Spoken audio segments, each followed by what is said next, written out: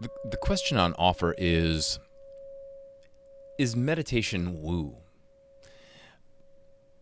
This came out of a conversation I had with a friend of mine this week, actually, who casually asserted that meditation is considered to be woo.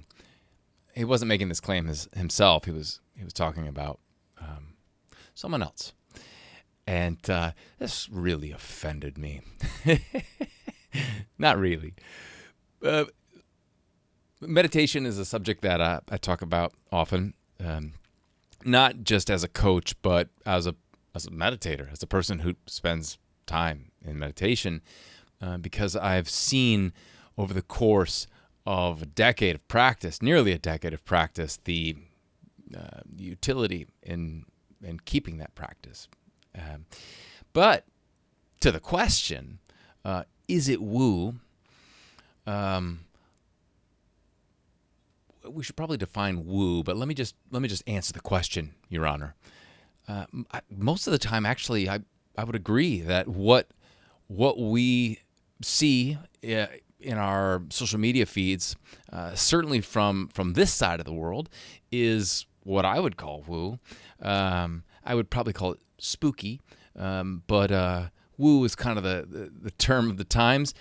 Woo is short for woo woo, and what woo woo is, or what woo is it's those things that appear to have maybe some scientific merit, but are actually going quite off the rails in terms of being part of the scientific process in any way that any of us understands what that is.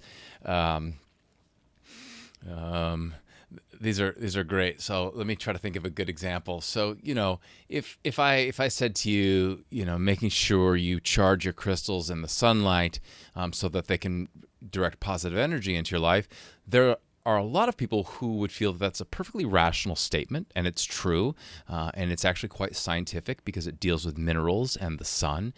And then there are other people, and I include myself in the other people group here, that say that this is a non-disprovable take. There is no place to stand that I can disprove this. It has a kind of religiosity around it as a claim.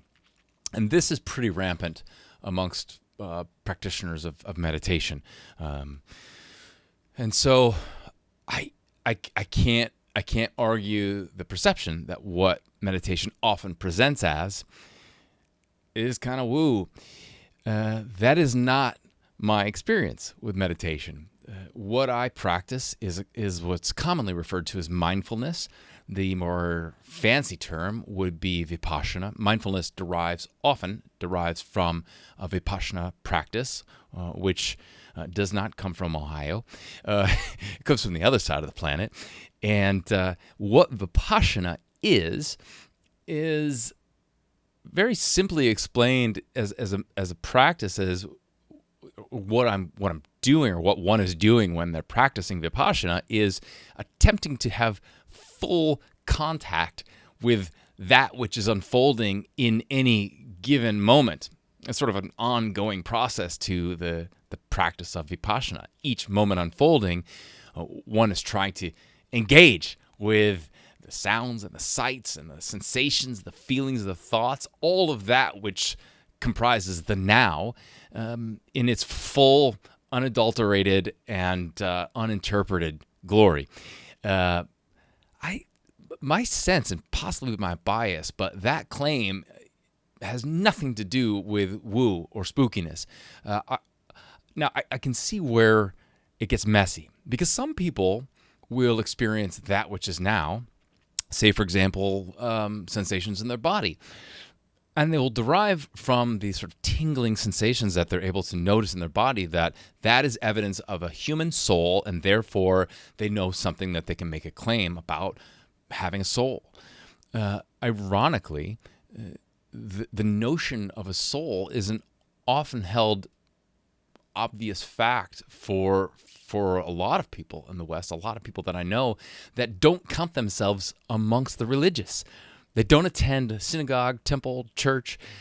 And yet they hold out the notion that there is a thing inside of their body that is a soul or a spirit, maybe some wispy sort of non-definable something that is the essential me-ness of their experience. And even if they don't call it a soul, most people feel that there is a me at the center of experience, an experiencer that is experiencing that unfolding. And when we start to push back on any of the ways we would understand that me-ness or that soul, applying a scientific process, we quickly find that there's no me to be found inside of experience. And so what's ironic about this conversation is that, and the person I'm referring to that would have referred to this as woo, it did not make a claim about there being a soul or a me-ness, but I'm making a connection here to what is often considered a perfectly rational way of viewing the world. I have a soul. I have a me. There's a me inside of me that's having this experience. And the way I see it, if we want to look to the closest example of woo, of that which is not determinable through any kind of scientific process, it is that very thing. The idea that I have a self. There is this self inside me that's experiencing what's unfolding.